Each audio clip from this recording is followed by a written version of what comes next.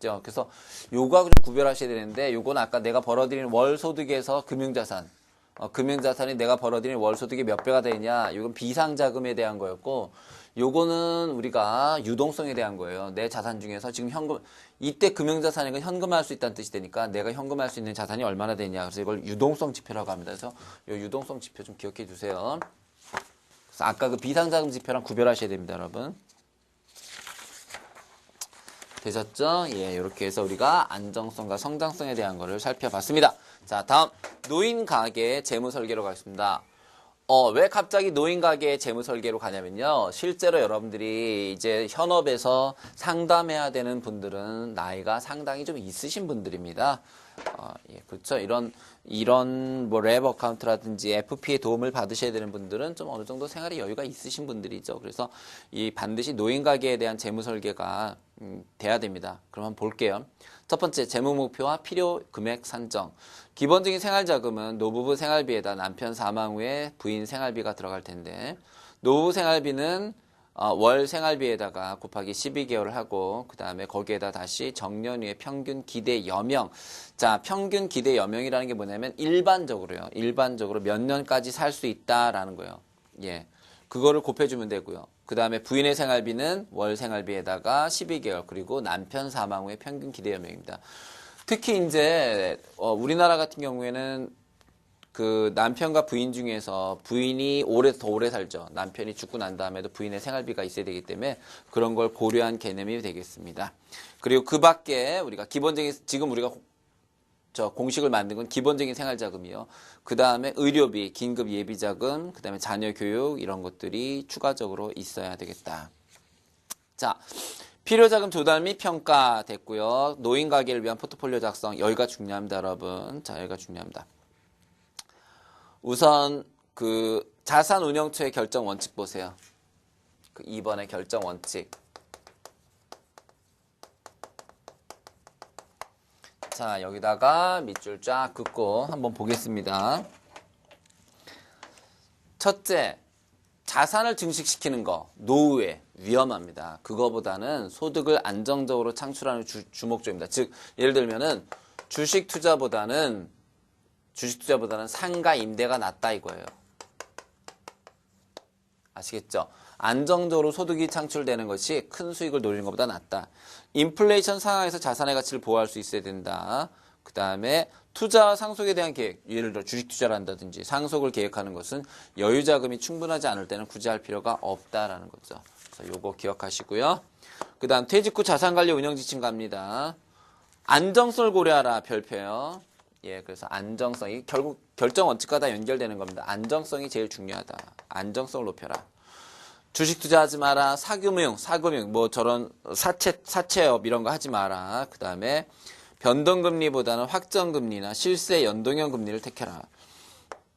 그 다음에 은행 정기예금, 특히 그러니까 지금 말하는 것들이 전부 안정된 상품들이에요. 그 다음 유동성을 높여라. 부동산 투자보다는 아무래도 금융자산 투자 비율이 나을 거고 장기보다는 단기. 왜냐하면요. 부동산은 왜 하지 말라는 거냐면 부동산을 했을 경우에는 나중에 자산에 대한 회수가 힘들 수도 있죠. 그죠? 자산에 대한 회수가 힘들 수 있어요. 그래서 그거보다는 유동성이 높은 금융자산에 투자하고 단기 상품을 활용하고 그리고 중도해지 가능성을 항상 염두에 두고 은행의 MMDA나 투신사 MMF 등의 그러니까 즉 초단기 상품에 투자를 해라. 그리고 월 이자 지급을 받을 수 있는 상품을 하고 종신형으로 가입하고 부채를 최소화하고 절세 상품들을 활용하고 상속 계획은 금액이 큰 경우에 미리미리 세워두어라 라는 거죠. 됐죠? 오케이. 자, 그럼 세 번째 고객 성향 분석. 그래서 이 2단원에서는요. 제가 아까 여기 요 지우기 전에 쫙 체크해드렸던 5시부터 쫙 체크해드렸던 거 있죠. 그게 중요한 것들입니다. 자, 그럼 이제 세 번째 고객의 성향 분석으로 가겠습니다. 자, 환경 이해 필요해서 고객 분석, 시장 오히려 획득하기 위한 됐고요. 그 뭐뭐가 들어간다라는 거예요, 여러분. 거기 자, 우리가 이걸 하기 위해서 미리 파악해야 될 것들이 있는데 뭐뭘 파악해야 되냐면은 고객을 분석해야 되고, 그죠? 그 다음에 시장을 우리가 물건을 파는 시장을 분석해야 되고, 그리고 우리의 경쟁자들을 분석해야 되고 그 다음에 마지막으로 일반 환경을 분석해야 된다. 여러분들은 고객 성향 분석을 하기 앞서서 외부 환경 분석에 해당되지 않는 것은 그럼 이 네 가지를 기억하셔야 됩니다. 이 네 가지가 아닌 게 답이에요. 고객을 분석하고 시장을 분석하고 경쟁자를 분석하고 일반 환경을 분석해야 된다. 자, 고객에 대한 분석은 당연하고요. 시장 분석, 자사 상품의 판매 시장에 대한 전략적 판단, 그 다음에 경쟁자를 분석하고 그리고 요건요. 일반 환경 분석이라는 건 뭐냐면요. 예를 들면 뭐 경제 현황 같은 거예요. 경제 상황 같은 거. 혹은 뭐 인구 추이, 노령화 추이가 뭐 진행되고 있다든지 이런 것들. 경제 상황, 인구 추이, 그 다음에 소비자들의 동향 이런 것들이 전부 일반 환경 분석에 들어갑니다. 자, 그 다음에 내적 환경 이해의 필요성이 있는데요. 뭐 이거는 고객의 다양화, 개성화가 나타나면서 자, 그 2번 보시면 이런 말 나와 있습니다. 과거에는 평균적인 성향을 이해했지만 점차 고객을 세분화하고 분석하고 있다. 왜냐면 과거에는 그냥 일반적으로 은퇴한 고객들은 전부 이런 식으로 상품을 구성하면 된다. 지금은 안 된다는 거죠. 고객들이 다양화되고 세분화되기 때문에 거기에 맞는 상품을 만들어 놔야 된다라는 거죠. 자, 그 다음에 고객의 성향, 행동 성향입니다. 자, 여기가 중요합니다, 여러분. 그 고객 행동의 주요 영향 요인 4가지 읽어보시고요. 중요한 거 아니고요. 제품 특성에 대한 구매 행동 분류 중요합니다. 그게 중요해요.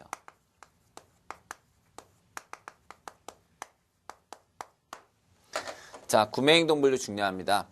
자, 브랜드 간 차이가 많고 우리가 그 4가지가 나와 있죠.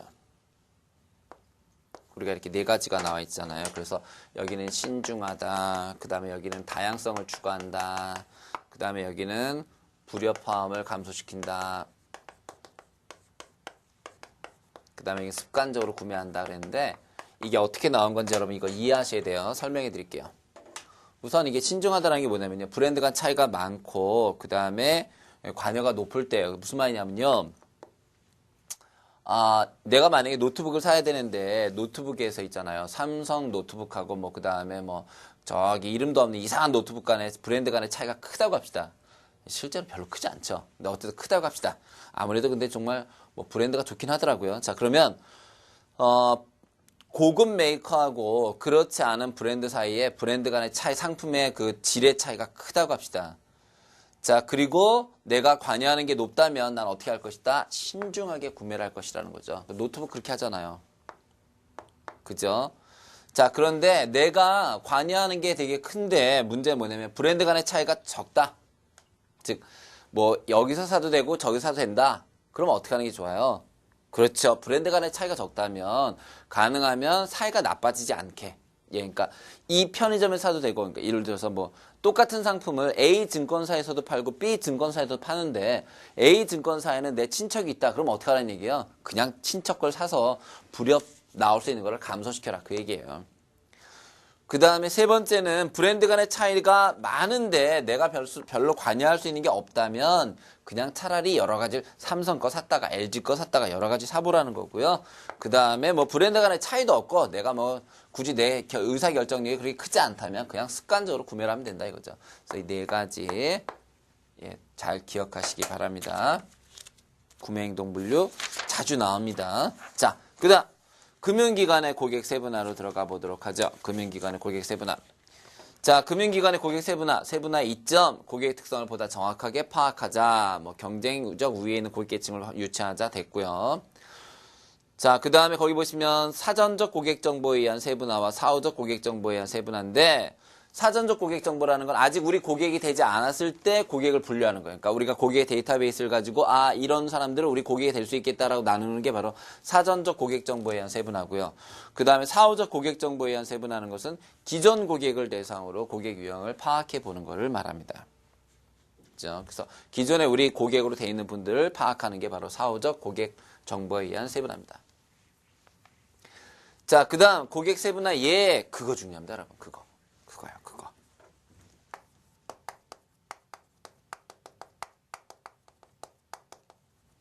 여러분 지금 공부하시면서 눈치채셨는지 모르겠는데 이 파트는요. 지금 우리 그 1-1 이 고객 분석은요. 이 나오는 부분과 나오지 않는 부분이 명확합니다. 그래서 요런 거 나온다 그러면 요런 거만 공부하시면 돼요. 진짜로요. 고민하지 마시고 요런 거만 공부하세요. 자, 우선 지리적 변수입니다. 지리적 변수는 고객을 인구, 지역, 시장 규모 등의 변수로 구분하는 겁니다. 예를 들면은 우리 쇼핑몰에, 지금 만약 인터넷 쇼핑몰을 한다고 합시다. 그럼 우리 쇼핑몰의 지역별 회원, 우리 쇼핑몰의 지역별 구매자. 그래서 뭐 경상도에 몇 명이 분포하고 있고 이런 걸 쭉 나누는 게 바로 지리적 변수입니다. 작업이 비교적 용이하다. 예, 뭐 가장 간단하고 기초적인 방법이죠. 그 첫 번째가 질이에요. 자, 두 번째는 인구 통계적인 변수입니다. 인구 통계. 자, 요거는 연령, 성별 이렇게 나누는 겁니다. 20대. 자, 우리 고객이 20대, 30대, 40대. 그다음에 성별 남녀에 따라서, 그다음에 학력별에 따라서 이런 식으로 구분하는 거를 우리가 인구 통계적 변수라고 하는데요. 특히 이제 그 예를 한번 보세요. 금융기관에서 변호사, 회계사, 의사 등 전문 직업의 고객들을 별개의 표적 집단, 타겟으로 구분해서 분류해서 세분화하는 경우 등이 예가 될 수 있다고 했는데요. 그래서 은행에 보면은 왜 그런 거 있죠. 약사님들만을 위한 대출 상품, 그 다음에 뭐 무슨 서울 시내 유명 변호사들만을 위한 특별 종합통장 대출, 뭐 이런 것들이 바로 인구 통계적 변수를 이용한 고객 세분화가 되겠습니다. 그렇지 않은 사람들은 참 슬프죠, 그죠? 이런 거 보면은 진짜 이렇게 그 직업을 세분화해서 어떤 상품을 내놨을 때는 그 해당 상품이 정말 그 사람들한테 어필될 수 있도록 굉장히 많은 그런 이익을 주는 게 많아요. 이제 아닌 사람들은 또 화가 나는 거지. 그 다음에 세 번째는 심리적인 겁니다. 세 번째는 심리적인 거. 그래서 이거는 질이나 인구 통계가 아닌 요소들로 짜는 걸 말하는데요. 예를 들면은 뭐 라이프 스타일이나 개성, 태도, 느낌, 특성에 따라 분류하는 걸 말합니다. 그래서 유사한 가치관이나 이런 것들을 갖고 있는 사람들을 묶는 걸 말합니다. 예, 그래서 이거는 그러니까 이런 거예요. 지리적으로도 틀리고 그 다음에 직업도 다르지만 상류층. 예, 그래서 예를 들면은 모 백화점에서 월 1,000만 원 이상 고객들만을 대상으로 해서 그렇게 나누는 것, 이런 것들을 말합니다. 예. 뭐, 그 이제 구매 행동적 변수하고 약간 비슷하기도 한데, 이렇게 상류층 고객, 뭐 우리 사회의 상류층 고객, 이런 식으로 나누는 걸 우리가 심리적 변수라고 얘기하고요. 그 다음에 심리적 변수 같은 경우에는 이제 그런 것들도 해당돼요. 뭐, 고객들의 취향 같은 거 있잖아요. 이런 걸 좋아하는 고객들, 그 다음에 이런 성향을 좋아하는 고객들, 이렇게.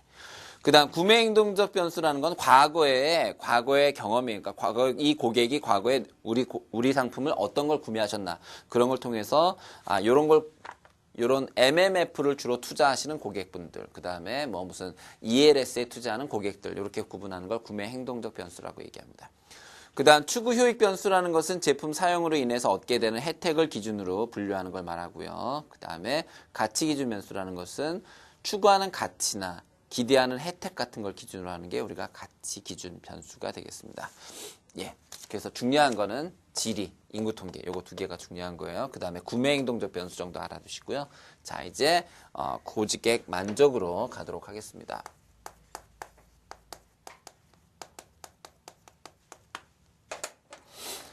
자, 고객 만족의 형성, 기대 수준이 인지된 제품 성과보다 높을 때에는 고객 불만족이지만, 그 다음에 기대 수준보다 인지된 제품 성과가 클 때에는 고객이 만족한다. 이게 무슨 말이냐면요. 그러니까 어떤 기대를 갖고 우리 상품을 구매를 하셨는데 그 자기가 기대했던 것보다 인지된, 즉 사간 거에 대한 만족이 떨어지면 당연히 불만족을 갖게 되지만 내가 기대했던 것보다 더 좋으면 고객이 만족한다는 거죠. 이거 어려운 거 아닌데요? 이거 여러분 음식점에 갔는데 그냥 기대 없이 갔는데 맛있어. 그럼 만족하죠.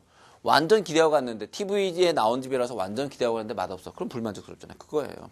그죠? 자, 그 다음에 다음 페이지 보면 만족, 불만족에 영향을 주는 요인 나와 있는데요. 쭉 한번 읽어보시고요. 고객 만족의 구성 요소, 직접적 요소, 상품, 서비스 같은 건 직접적 요소고요. 그 다음에 기업 이미지가 간접적 요소가 됩니다. 그 정도 기억하시면 됩니다. 그 정도. 그래서 상품의 품질이나 기능, 디자인 같은 것들은 직접적 요소가 되고 시험전 어떻게 나오냐면요. 상품의 품질이나 기능은 직접적 요소지만 디자인이나 편리성 같은 경우에는 간접적 요소다라고 설명이 나오면 틀린 말이에요. 그런 것들. 상품과 관련된 모든 게 직접적 요소고요. 간접적 요소라는 건 기업의 이미지예요. 그래서 그 기업이 그 기업 이미지 있잖아요. 그래서 무슨 그룹 하면은 봉사활동, 사회봉사를 많이 하고 그런데 어떤 기업은 자기네 기업의 이익만 생각하고 전혀 사회에 환원하는 게 없다. 이런 이미지요. 그런 이미지가 바로 간접적 요소가 되겠습니다. 자, 그러면 이런 고객